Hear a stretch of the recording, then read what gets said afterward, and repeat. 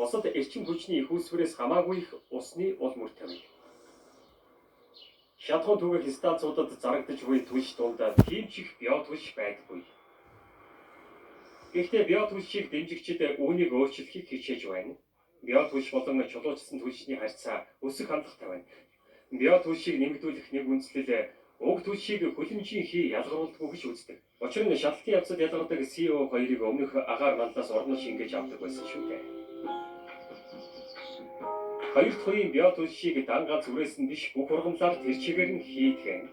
Үүний нэг жишээ нь гэвэл сүрэл юм шүү дээ. Германы нэг фирм сүрлийг био түлш болгон хувиргах хоёр тусгай үйлдвэр барьжээ. 2 тонноос ч бага жинтэй 4 боодол сүрэл дунд зэрэглэлийн автомашиныг нэг жилийн хугацаанд явуулахад хангалттай гэж тус компани мэдгдсэн. Гэхдээ энэ яаж ажилладаг юм бэ?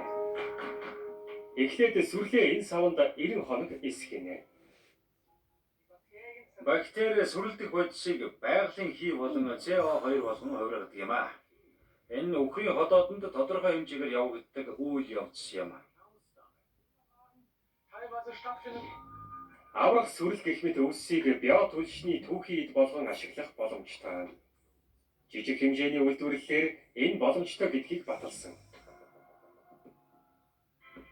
Потсдамын уур амьсгалын нөлөөллийн судалгааны хүрээлэнгээс хийсэн судалгаагаар өвсөөр хийсэн био түлш рүү шилжих нь ямар ашигтай болохыг тооцоолжээ. Хамгийн том асуудал нь нүүрс төрөгчийн ягтрал ихтэй ойг цэвэрлэж шин талбай бий болгохын тулд нүүрс төрөгчийн ялгалыг нэмэгдүүлсээр байгаа явдал юм. Миний хайж байгаа зүйл бол 1 литр дизель түлшийг шууд шатааж байгаатай био түлшний CO2-ын ялгалт өндөр байгаа нь юм л да. Био түлш дэлхийн хэмжээнд бусад түлшийг орлох хэсэг нь улс төрөөс ихээхэн хамаарна. Гэхдээ олон улсын хууль тогтоомж хараахан гараагүй байхад бид өнөөдөр юу хийж чадах вэ? Хамгийн чухал зүйл нь ерөнхийдөө бид ямар ч түлшийг бага хэмжээгээр шатаахын тулд дадал зуршлаа өөрчлөх хэрэгтэй. Та шинжлэх ухаан эрүүл мэндэд дуртай юу?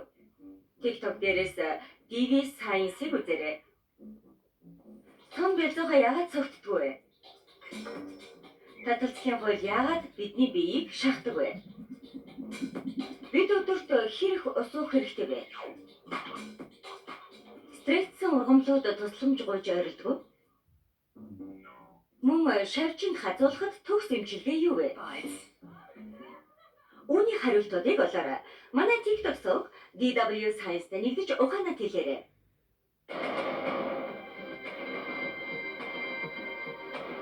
Маргаашийн өнөөдөр шинжлэх ухааны нэвтрүүлэг маань энэ хүрээд өндөрлөж байна. Үзсэнд баярлалаа. Дараа дахин уулзлаа. Түр баяртай.